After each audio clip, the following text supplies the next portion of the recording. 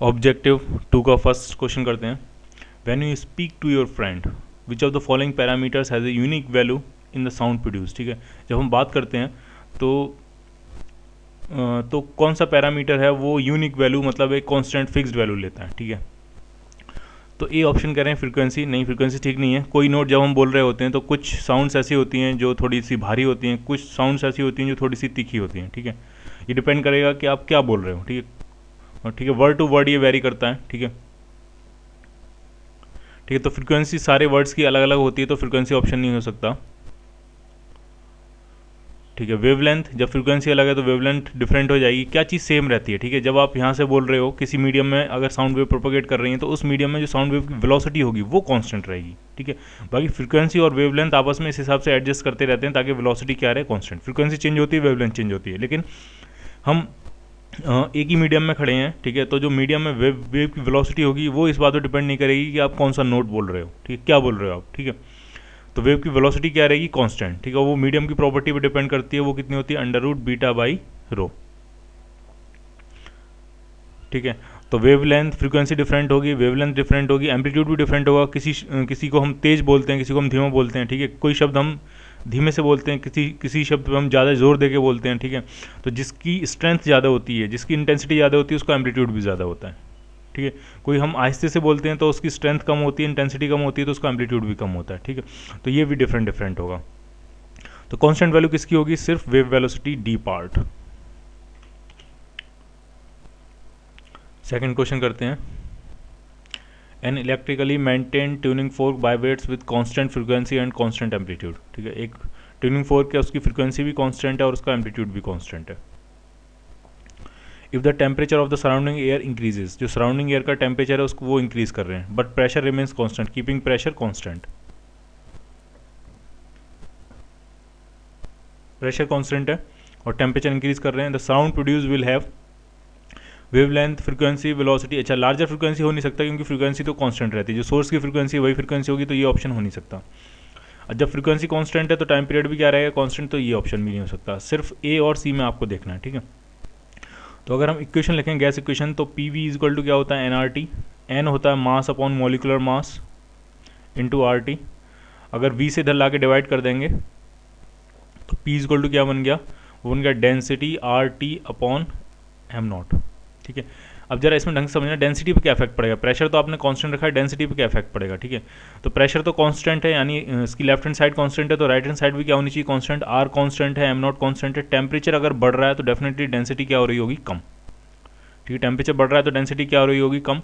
और वेव की जो स्पीड होती है वो होती है आपकी, अगर हम साउंड वेव माने तो होती है गामा पी बाई रो। ठीक है, अब यहाँ से साफ दिख रहा है प्रेशर कांस्टेंट है, गामा अपने आप में फिक्स होता है, और डेंसिटी टेम्परेचर बढ़ने पे डेंसिटी कम हो रही है। डेंसिटी कम होगी तो वेव वेलोसिटी क्या करेगी, आपकी इंक्रीज हो जाएगी। ठीक है, अब ढंग से समझना, वेव वेलोसिटी इंक्रीज कर रही है और वी इक्वल टू क्या होता है, न्यू इंटू लैम्डा। फ्रीक्वेंसी में कोई चेंज आना नहीं है और वेव वेलोसिटी इंक्रीज कर रही है, इसका मतलब वेव लेंथ भी क्या करेगी, आपकी इंक्रीज। ठीक है, तो larger velocity larger wave length. ठीक है, तो ए पार्ट भी ऑप्शन होगा इसका, लार्जर वेव लेंथ, और लार्जर वेलोसिटी सी पार्ट भी ऑप्शन होगा इसका। ठीक है, थर्ड क्वेश्चन करते हैं, ये भी सिंपल है काफ़ी। The fundamental frequency of A vibrating organ pipe is 200 hertz. ठीक है, जो फंडामेंटल फ्रीक्वेंसी दी है आपको वाइब्रेटिंग ऑर्गन पाइप की, न्यू नोट अगर उसको लिखें तो वो दी आपको 200 हर्ट्ज। ठीक है, इसमें ये क्लियर नहीं किया है कि ये जो ऑर्गन पाइप है आपका, वाइब्रेटिंग ऑर्गन पाइप है, वो open at both the ends है कि एक एंड पे क्लोज है, वो क्लियर नहीं किया है। ठीक है, तो हम दोनों ऑप्शंस लेके चलेंगे। ठीक है, हम ओपन एट एक एंड पे जो क्लोज पाइप होता है उसको भी लेके चलेंगे, और अगर ये दोनों एंड्स पे ओपन है तो उसको भी लेके चलेंगे। ठीक है, क्लियर। तो इसके बाकी ओवरटोन्स क्या होंगे, अगर हम इस वाले एंड की बात करें तो फर्स्ट जो फंडामेंटल है वो कितना दिया है, वो दिया आपको 200 हर्ट्ज। तो उसके बाद जो फर्स्ट ओवरटोन आने वाला है, न्यू वन अगर उसको लिखें फर्स्ट ओवरटोन, तो वो हो जाएगा इस केस में। उसके बाद इसमें जो होते हैं वो सिर्फ ऑड जो मल्टीपल होते हैं सिर्फ वही एग्जिस्ट करते हैं, इवन मल्टीपल इसमें एग्जिस्ट नहीं करते। जब के पाइप क्या होता है आपका, एक एंड पे क्लोज होता है, तो इसको 1:3:5 कुछ इस तरह से चलेगा। तो ये 1 है तो इसका 3 कितना हो जाएगा, तो वो हो जाएगा 600 हर्ट्ज। ठीक है, उसके बाद जो नेक्स्ट ओवरटोन होगी, थर्ड ओवरटोन, जिसको हम फिफ्थ हार्मोनिक भी बोलेंगे, तो वो हो जाएगा इसका 5 मल्टीपल, तो ये कितना हो जाएगा 1000 हर्ट्ज। कुछ इस तरह से इसमें चलते हैं, ठीक है। अगर लेकिन अगर हम इसमें देखेंगे तो इसमें इवन और ऑड सारे मल्टीपल मिलते हैं, ठीक है। अगर म्यू नॉट आपका 200 हर्ट्ज है इसके लिए, ठीक है। अब पाइप लेंथ जो है पाइप की इक्वल नहीं होगी, लेकिन अगर मान लिया 200 हर्ट्ज है तो इसकी जो फर्स्ट ओवरटोन आने वाली है वो आने वाली है 400 हर्ट्ज। उसके बाद सेकंड जो ओवरटोन आने वाली है वो आने वाली है 600 हर्ट्ज। उसके बाद थर्ड जो ओवरटोन आने वाली है वो आने वाली है 800 हर्ट्ज। उसमें इवन और ऑड सारे मिलते जाएंगे आपको। इसी तरह से फिर 1000 हर्ट्ज कुछ इस तरह से जाएगा, ठीक है। अब देखते हैं क्या क्या ऑप्शन हो सकते हैं। The first overtone is 400 hertz, ठीक है। हाँ, इस केस में तो फर्स्ट ओवरटोन 400 हर्ट्ज है, लेकिन इस केस में फर्स्ट ओवरटोन क्या है 600 हर्ट्ज, ठीक है। और क्वेश्चन में क्लियर नहीं है ये कैसा पाइप है, तो आप इसको टिक नहीं कर सकते, ठीक है। अगर यहाँ मे लिखा होता तो चल जाता, लेकिन इन्होंने बस स्ट्रेट फॉरवर्ड कह दिया the first overtone is 400 hertz, तो वो पॉसिबल नहीं है, क्योंकि एक केस में फर्स्ट ओवरटोन क्या है आपकी 600 हर्ट्ज भी है, ठीक है। तो ये ऑप्शन करेक्ट नहीं है। The first overtone may be 400 hertz, ये बिल्कुल ठीक है, मे हो सकता है, ठीक है। ये मे हो सकता है।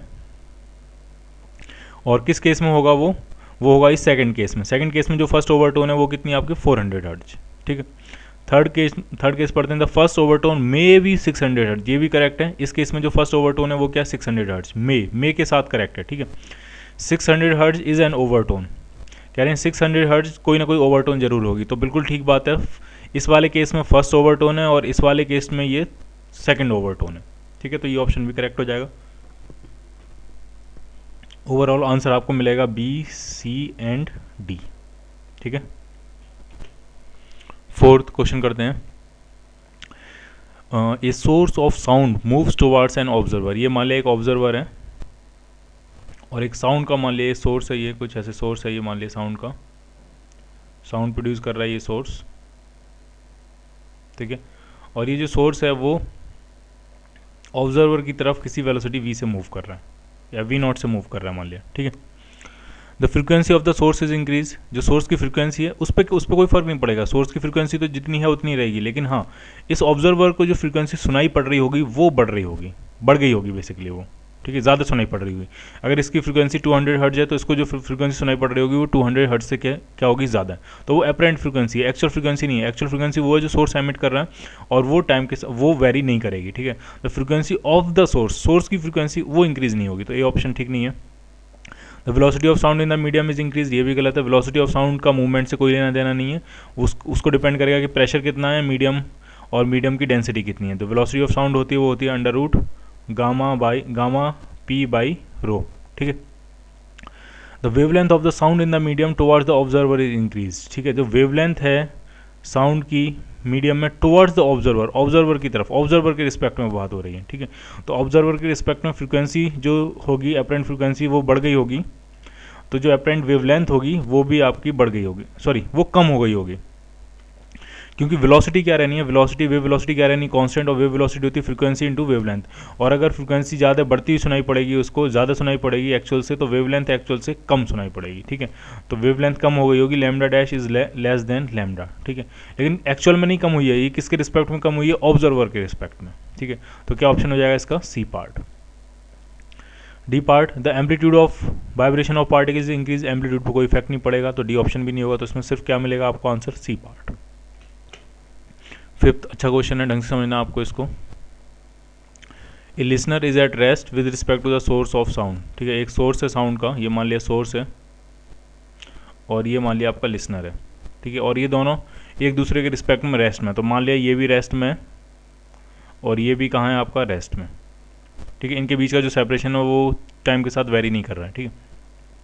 A wind start blowing along the line joining the source and the observer, ठीक है। विंड इस डायरेक्शन में फ्लो होना शुरू हो गई है, ठीक है। तो विच of the following quantities do not change, कौन सी क्वांटिटीज चेंज नहीं करेंगी, ठीक है। तो ढंग से समझना, हम जब विंड फ्लो कराते हैं बेसिकली, तो हम क्या करते हैं, जो विंड की स्पीड होगी अगर इसको VW लिखें, तो जो हम साउंड की स्पीड जो लिखते हैं V, तो उसमें हो जाती है साउंड की स्पीड। अब जो नई साउंड की स्पीड होगी वो हो जाएगी साउंड की स्पीड प्लस विंड की स्पीड। तो जो विंड की स्पीड है वो हम साउंड की स्पीड में ऐड करते हैं, ऐड या सब्ट्रैक्ट। अगर ये अपोजिट डायरेक्शन फ्लो हो रही होती तो साउंड की स्पीड हम लिख देते हैं, नई जो साउंड की स्पीड होगी, अगर इसको S लिखें चलो, ठीक है। तो ये स्पीड ऑफ साउंड है, सोर्स नहीं है ये, ठीक है। ये स्पीड ऑफ क्या है, साउंड, SOUND साउंड, ठीक है। तो नई जो स्पीड ऑफ साउंड होगी वो हो जाएगी original speed of sound in rest, मतलब जब मीडियम आपका मूव नहीं कर रहा रेस्ट में, plus speed of medium, speed of wind, ठीक है।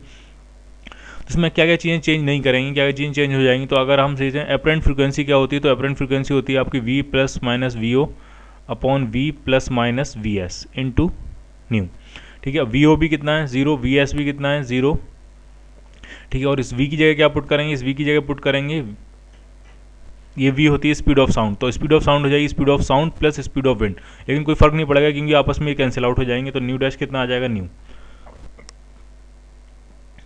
इसका मतलब जो फ्रिक्वेंसी है उसमें कोई चेंज नहीं आएगा।